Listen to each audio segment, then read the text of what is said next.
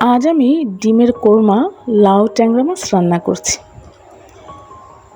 কিন্তু জানেন, ফেসবুকের শুরুর দিনগুলো আমার রান্নাঘরের মতোই গোলমেলে ছিল। আসসালামু আলাইকুম। আপনাদের কাছে একটা লং ভিডিও নিয়ে আসলাম, আর রান্নার ফাঁকে ভাবলাম আপনাদের বলি আমার ফেসবুকের কিছু অভিজ্ঞতা। যখন প্রথম ফেসবুকে এলাম, মনে হয়েছিল আমি ছবি দিলেই সবাই লাইক কমেন্টে ভাসিয়ে দেবে। কিন্তু কি হলো জানেন, পোস্ট দিলাম, লাইক 3টা, তার মধ্যে 2টা, আবার তাও আমাকে যারা চেনে না তারাই আমাকে একটু লাইক কমেন্ট দিত। আত্মীয়রা তো কখনোই দিত না। তখন মনে হতো আমি কি এত খারাপ লিখি, নাকি কেউ আমাকে দেখতে চায় না।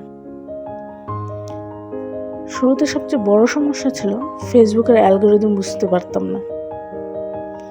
সকাল 7টায় পোস্ট দিয়ে বসে থাকতাম ভাইরালের আশায়। কিন্তু তখন নাস্তা খাচ্ছে বা কাজে যাচ্ছে কেউ, আমার পোস্ট কারো চোখেই পড়তো না।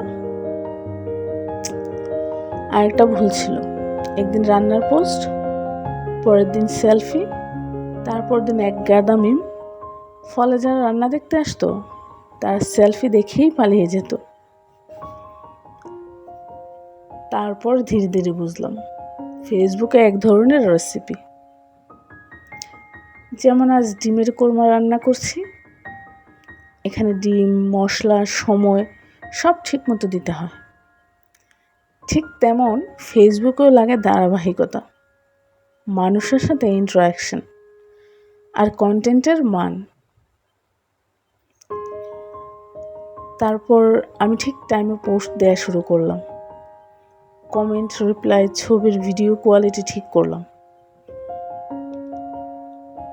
ধীরে ধীরে মোটামুটি রিচ বাড়তে লাগলো। মানুষ ইনবক্সে মেসেজ দিয়ে বলছে আপনার পোস্টের জন্য অপেক্ষা করি। তখন বুঝলাম ফেসবুক শুধু পোস্টের জায়গা না, এটা সম্পর্ক গড়ার জায়গা। তখন পোস্ট দেওয়ার আগে ভাবি এটা মানুষের মন ছুঁতে পারবে কিনা, নাকি কারো হাসি ফোটাবে। যেমন আজ রান্না করছি, ভাবলাম চুপচাপ রান্না করলে হবে না, আপনাদের সাথে এই সময়টা শেয়ার করাটাও এক ধরনের আনন্দ। তাই বলি, ফেসবুকও রান্নার মতো তাড়াহুড়ো করলে পুড়ে যাবে, কিন্তু ধীরে ধীরে মন দিয়ে, ভালোবাসা দিয়ে বানালে সেটা সবার মনে গন্ধ ছড়িয়ে দেবে। ঠিক যেমন আজ রান্নাঘরে ডিমের কোরমা আর লাউ ট্যাংরা মাছের গন্ধ ছড়িয়ে আছে। এই তো কথা বলতে বলতে আমার রান্না প্রায় শেষ হলো। আজকে বানালাম ডিমের কোরমা আর লাউ দিয়ে ট্যাংরা মাছ। গন্ধে তো রান্নাঘর মাতোয়ারা। আপনাদের আমার এই ভিডিও কেমন লাগলো জানাতে ভুলবেন না। ভালো লাগলে লাইক, কমেন্ট আর শেয়ার দিয়ে পাশে থাকবেন, কারণ আপনাদের ভালোবাসায় আমার পরের ভিডিও করার অনুপ্রেরণা।